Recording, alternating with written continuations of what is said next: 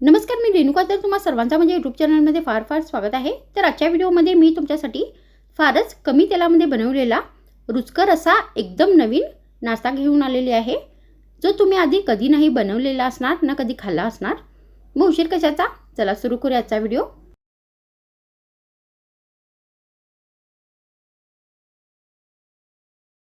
तर ही रेसिपी बनवण्यासाठी सर्वात आधी आपल्याला एक मॅगी बॉईल करून घ्यायची आहे. त्यानंतर आता आपल्याला ही जी मॅगी आहे ती व्यवस्थित पूर्णपणे स्मॅश करून घ्यायची आहे. तर मॅगीचा अशा पद्धतीने पण आपण स्वयंपाकमध्ये उपयोग करू शकतो, हे बघून तुम्हाला आश्चर्य वाटेल. तर आता मी इथे मॅगी एकदम चांगली व्यवस्थित स्मॅश करून घेतलेली आहे. त्यानंतर आपल्याला याच्यामध्ये बाकीचे साहित्य घालायचे आहे. तर सर्वात आधी आपल्याला याच्यामध्ये एक बारीक चिरलेला कांदा घालायचा आहे. मग आपल्याला याच्यामध्ये चवीनुसार बारीक चिरलेली हिरवी मिरची घालायची आहे.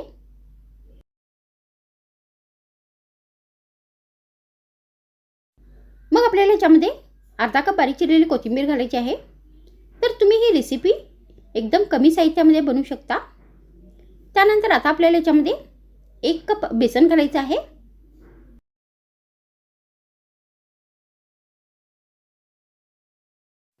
त्यानंतर याच्यामध्ये 2 चमचे बारीक रवा घालायचा आहे.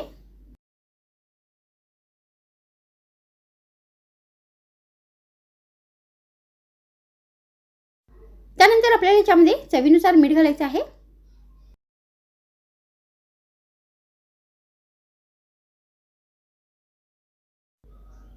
आणि त्यानंतर आता हे सगळे साहित्य आपल्याला व्यवस्थित मिक्स करून घ्यायचे आहे.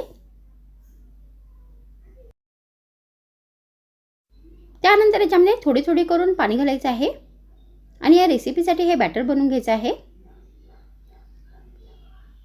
तर आता इथे हे सगळे साहित्य व्यवस्थित मिक्स झालेले आहे. मग आपल्याला याच्यामध्ये एक बारीक चिरलेला टोमॅटो घालायचा आहे आणि परत हे सगळे साहित्य व्यवस्थित मिक्स करायचे आहेत आणि या रेसिपीसाठी हे बॅटर बनवायचं आहे. तर हे बॅटर आपल्याला फार पातळ नाही बनवायचं आहे. तर या प्रमाणामध्ये आपल्याला हे बॅटर बनवून घ्यायचं आहे.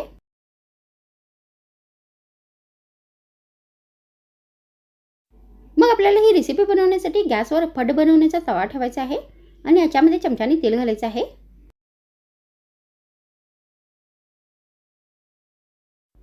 तर मी या बॅटरचा वापर करून इथे फड बनवणार आहे. तर तुम्ही याचे थालीपीठ पण बनवू शकता.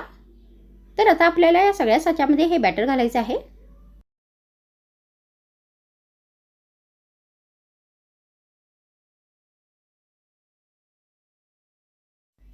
आणि आता हे फड आपल्याला दोन्ही बाजूनी व्यवस्थित फ्राय करून घ्यायचे आहेत. त्यानंतर याच्यावरती आपल्याला चमच्याने तेल घालायचं आहे आणि हे पलटवायचे आहे. आणि अशाच पद्धतीने पण दुसऱ्या बाजूने आपल्याला हे जे फड आहे ते 2 या 3 मिनिटांपर्यंत व्यवस्थित फ्राय करून घ्यायचं आहे.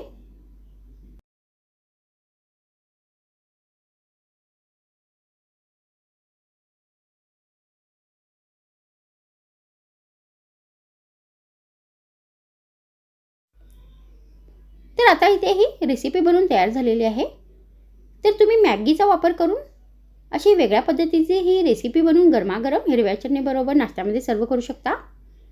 नाही तर फक्त एक स्नॅक्ससारखं चहा या कॉफीबरोबर पण देऊ शकता. तर मग आजच्या व्हिडिओमध्ये इतकेच. पुन्हा भेटूया आणखीन एक नवीन व्हिडिओमध्ये. तर मग थँक्स फ्रेंड्स वॉचिंग माय व्हिडिओ.